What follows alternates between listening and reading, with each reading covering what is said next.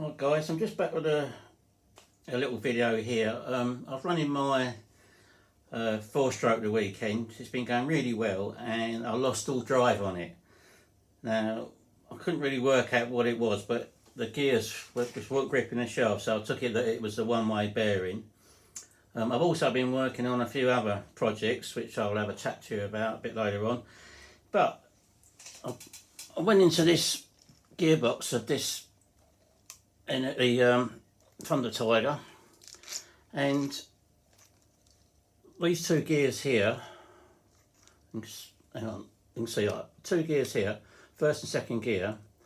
Now the first gear's got a one-way bearing on it, and as you know, as it gets up to speed, the little pull comes out, catches in the second gear and takes over and it free wheels the first gear, supposedly. Well, what happened the weekend was the small gear, the one-way bearing, which is this one here. Now this is out of a Kyosho gearbox. Now it grips one way and lets go the other way on the shaft. So you have a really hardened shaft, otherwise it sort of bites into the shaft. So I've got a hardened and ground shaft that I made that went in my bike, so I knew it wasn't the shaft. So when I stripped it down, it was this bearing. It wasn't gripping on the shaft, so I had no drive. Now, normally these bearings have got like a little hexagon on the outside, and the gear goes in and it presses in there in a hexagon, so it can't move. Now the guy couldn't get me, my bearing man couldn't get me. It's an 8mm wide bearing, 10mm OD and 6mm inside, and he couldn't get me that bearing, so he could get me the longer ones. Now these are 12mm long. Now I'm really tied up for space as it is, but I thought to myself, well, maybe a longer bearing might last longer. That's quite funny. So yeah, this longer bearing should last longer, and it's got more teeth, more rollers in it, so it should grip on the shaft better. It might be better, I don't know. If it's, you know, there's more bearing contact area with this one way, so I'm hoping that this one way's going to be alright. But it wasn't a case of just putting it in, because like I said to you, I've got no room hardly sort of across the frame to put anything in, and this is like 3mm wider. And also, like, that's a hexagon and that's just a plain round gear bearing. So when you put that in there, it just spins, so you got no drive. So what I had to do is make up like a bearing carrier. I don't know if you can see that. Hang on, let's see if I can get something. If you can just see in there, you can see see that alley carrier there. So what I've done is I've actually bored out this gear and made an alley carrier in there on that first gear that you can see going round, and I pressed this bearing into the alley carrier. That's a good fit in there, it's nice and tight, and I've used 2.5 countersunk screws to screw that onto the main gear. So hopefully that should be okay. And what I did with the width, you can see there's quite a gap there between the swinging arm and the carrier, and the bit sticking out is the end of the bearing, the one way. So with the standard bearing, the swinging arm was over by 3mm. But what I managed to do, I found a thinner bearing to put in the swinging arm. So I think it's about 0.5mm out I've got it now, from that being in the centre. So it's worked out really well. It was, you know, I thought it would be a tricky job, but it didn't take too long. No, the carrier took a little while to make, but it's all worked out really well. So I'm itching to try this out again. Hopefully that one way may last, you know, a bit longer, or hopefully it might cure it at all, you know, completely. What if that doesn't work, I'm thinking of going up to like an 8mm one-way bearing, making a different shaft and making one sort of 8mm, you know, with more rollers in it perhaps, or something like that. I don't understand it, because, you know, it's only driving on one wheel, and they're always okay in the car gearboxes where you're driving 4 wheels and probably a lot more on it. The only thing I can put it down to is like the torque of the 4-stroke, and perhaps the super soft tyres, you know, they've got so much grip.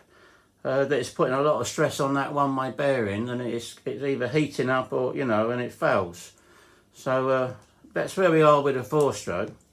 Now, you know, I've been playing with the Venom body Kyoshos and stuff like that over the last couple of weeks as well.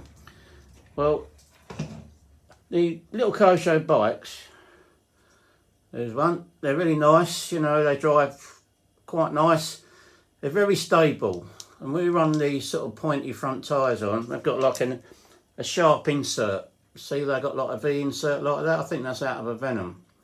They make so much difference to the handling to try and get them to turn, because the problem with these Kyoshos, they use the leaning forks, they go from side to side, and as soon as you pick up a bit of speed, you cannot sort of steer it. You know, no matter what kind of tyre. I know the Hong Kong boys, they put like a razor looking type front tyre on to get them to turn, but I thought to myself, I wonder if I can do something else with this bike. Now, I had a go years ago at doing a direct steering mod on one of these, and it wasn't very good. It was like crash on the crash bars, and it was all sort of like manic, and it just didn't handle very well at all.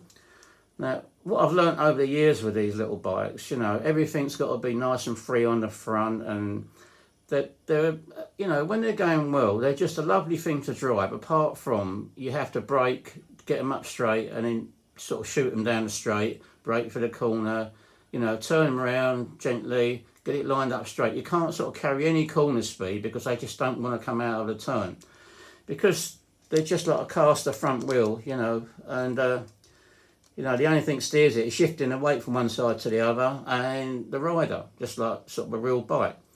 But it also looks really silly going down the straight with it all crossed up. So you've got the forks one way and the rest of the bike the other way, and it often goes into like a bit of a shimmy and sometimes a crash. So what I've been doing with this one the last few days, I've actually converted this one into a direct steer. Can you see it on the top there? So I've managed to get another servo in, and I've mixed it, or the, you know, the steering. I've mixed the steering with the rider, so we've still got the leaning rider. Let's just switch this on, show you better. So we've still got the mechanism that operates the leaning rider, which is like a fantastic thing, and I've mixed the steering, the direct steer, with it. So we've got both the things working in conjunction. And I've done away with the leaning forks. I've got a bolt through the headstock, so it's solid, it can't move, and got to run very light springs. I went out with this last night and I'm over the moon with it. I've never had a Kyosho that I can actually nail down the straight, put into a turn, carry the speed and get it upright, carry the speed out of the corner, upright and straight down the straight again. It is absolutely fantastic. And I started off with kind of about 40% endpoints on that steering servo, and I just kept ramping it up little bit by little bit, and I kept testing it, and I've gone right up now to 95% on the steering. And it's still got beautiful slow speed handling. You can run it round, you know, the rider's sort of like dragging his boots on the ground, and there's no weaving or juddering or anything like that, and then you just pick it up, nail it down the straight, it'll wheelie, it slides and everything, and I just could not believe how good this runs. So I'm just telling you guys, if you want a Kyosho that really goes, you know, where you want to pull it and not where it wants to go, this is the mod. But you must wear, you know, run light springs. I had terrible trouble finding, you know, you want that to be as quite free, but then use quite a lot of ATV, like the endpoint adjustment. But if you just go out and test it, you know, and you've got like this blasting around, and then I had a go of my, I got the Hobby King 390, you know, and this bike is not far off that. I think as it is now, I could keep with it. I was absolutely amazed, you know. And these are ZH tyres on here, and I think it's a ZH insert on there as well. But this is, you know, a beautiful thing to drive. It is, you know, I had a whole battery for it. I only had one crash when I slipped on something, and, you know, I just wanted to run it and run it and run it. I think what stopped me in the end was, the spring came off in between the rider's legs, so all his legs were, flying around. But it is such an easy mod. It's just like a little servo. I've made a little angle piece of alley, little angle plate, screwed it on. Just mix it with the steering. If you've got, a radio to mix, you probably could use a wire lead if you want to do something like that. But I've got the old 3VC, and, it's easy to do on that. Now, I've also got another one of these. Well, I've got quite a few, actually. But the next one I'm working on is this one here. Now, some of you may have seen this before. That's not a plastic chrome frame. That is an actual alloy frame. I made this with a friend of mine some years ago, probably about 7 years ago. And it had the leaning forks, and I tried to make the frame as light as possible. It's all been machined out and, dremeled out as much as I can, but it ended up weighing a ton, So if you crash with it, it used to break the wheels and all that kind of thing. So I ended up putting alloy wheels on it, which made it even heavier. Every time I went, in that direction, it's made it heavier. And the thing just would not, you could put around with it, but it wouldn't turn at speed anything. So, yes, you've guessed it. What am I going to do? What I've been working on today? I'm going to make this one direct steer. I've got a little carbon fibre piece in there for the steering servo. And the thing with this bike, I've also got a set of Pat's front disc brakes, which I'll show you now. These are absolute brilliant things. Can you see them? And so you've got twin discs on a Kyosho, So I've got to have an extra channel. So I'm using my, where is it? I'm going to use my DX7, and I'm going to use this tiny little 4-channel receiver here, and that'll give me a lot of room in the bike. So I've already mixed them, made sure everything works. So this little servo goes under the seat at the back. It's a little, I can't think what it is now. High tech, is it? Yeah. HS65. So that goes under the seat, and you can actually see the forks compress when this, it goes down. It's fantastic. Also, you can see I've got alloy forks on there again, adding to the weight. So I'm not sure what I'm going to do. Am I going to go all the way and sort of go back to plastic and stuff like that? I don't know. To try and make it lighter. Because today I've actually dremeled out the frame. I mean, I must have taken a lot. It feels quite light. I've taken loads out of it today. I've had a Dremel, and I spent most of the day dremeling it out. And then I've dremeled out, where to put the servo and the steering. You lock the steering up, which I've got a screw under there, which locks that up. But this now is going to be an alloy leaning rider with direct steer, which I think is going to actually steer this thing, because it kind of being a little bit heavy. It was well planted, didn't have a lot of crashes, but when you did, because of the weight of the thing, it would do a lot of damage. So if I can make it a little bit lighter, and if I can make it go where I want it to go, which I believe it will do with direct steering, the other one is just fantastic. So I'm hoping this one is going to be the same. Now, like I say, I'm trying to lose weight on this bike. Now these are the alley wheels. You can see, that's a nice little sprocket as well. What is that sprocket? Rogue Element sprockets. I think a friend of mine gave me that, Chris Amos, great guy. I forgot how nice that was. But anyway, back to the wheels. Can you see the spokes are quite wide? So what I'm going to do is I'm going to set this up in a lathe, and I'm going to skim them spokes down so they're, really thin. And it's got so many of them. I mean, I have got a couple of OTO or ZH wheels which are quite light, which I may be able to use. But if I can actually skim them up, which I believe I can, to lose some of the weight off the wheels, that will help with the turning. Now, these are what we used to run in the front wheels of the little apes. These are little OTO. I mean, look, it's just like, it didn't really do anything. You had your tyres and you put them in, and, it made the steering very slow. it's all right in the OTO, but if you try to put on anything else, you really need this hard tyre insert on the front. It makes such a difference to how it's steering. And like I say, last night I've got this little bike here. Is just, I just wanted to keep running and running it. I mean, we're only using a little. This one's only got ZH racing tyres on, front and back, and I think it's a little 7,200 kV maybe. I can't remember what it was because I put it in a long time ago.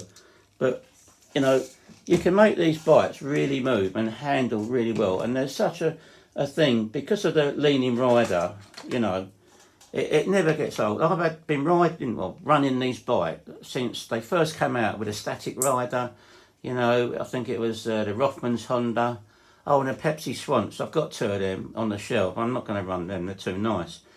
But, you know, you just need like a little, what is this? A little brushless ESC. I think it's very cheap. I think it handles 2 to 3S LiPo. I think it's about 30 amps, something like that. And they're small enough to get in. The servo I'm using for the direct steer, which goes right in the front. Again, there's another little HS65. Get that in focus so we can see that.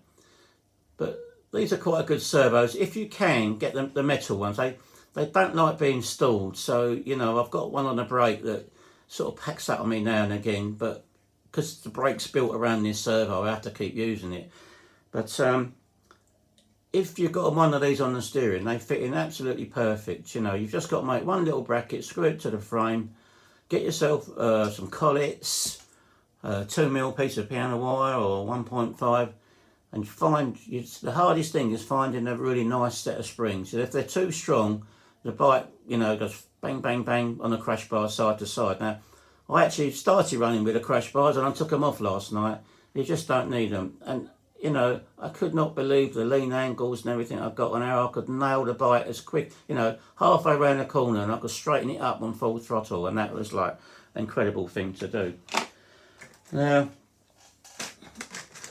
the other thing is you need for these little bikes really is these metal gearboxes. You know, you see them on eBay all over the place, but they're good. You know, the plastic ones tend to move around a bit and you know, they get hot and whatever. And if you ball race one of these, and the other thing, you can get a full metal gear set for that, but all you really need in there is a steel sprocket, the small sprocket in the back. Now, if you can run a small steel sprocket, if the chain does come off, and then it doesn't really do a lot of damage. Now, when you run the plastic sprocket, as soon as the chain comes off, it rips all the teeth off. And sometimes the chain gets wrapped around the gears and it does a lot of damage. So, you know, this also can tend to move in a crash, slide up and down. And we use what we call oval washers, which fit in the frame. If I show you the frame here, this is the other one. You can see that's an oval. Well, I don't know if I can find them in here, but as usual, I'm not really prepared. Yeah, so you can buy them, but what I tend to do is use one of those. Can you see that little thing I'll just put in there? And that stops the gearbox. If I just take that out, that stops the gearbox from sliding up and down in the crash. So you sort of set the chain, and then I'll sort of file one of these up. I'll file one of these up to fit in there nice, so the chain's just the right tension, and then no matter what happens, it can't slide back and forwards.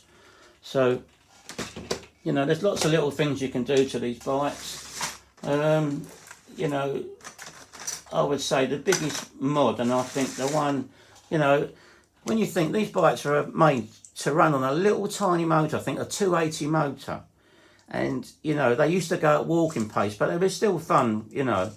And then you used to get like the bigger motor in it, and it wasn't a lot faster. Then you try and put an extra cell on, you know, and all stuff like that. But when you started getting brushless, then they got kind of quite serious. And the frame, as it is, I think some of my little Kyoshos are doing 45, 50 mile an hour, and they go straight as an arrow, you know. the handling is like amazing in a straight line, but like I say, with the leaning forks, they just do not want to turn. So if you fancy doing this little mod, you know, it's not that difficult.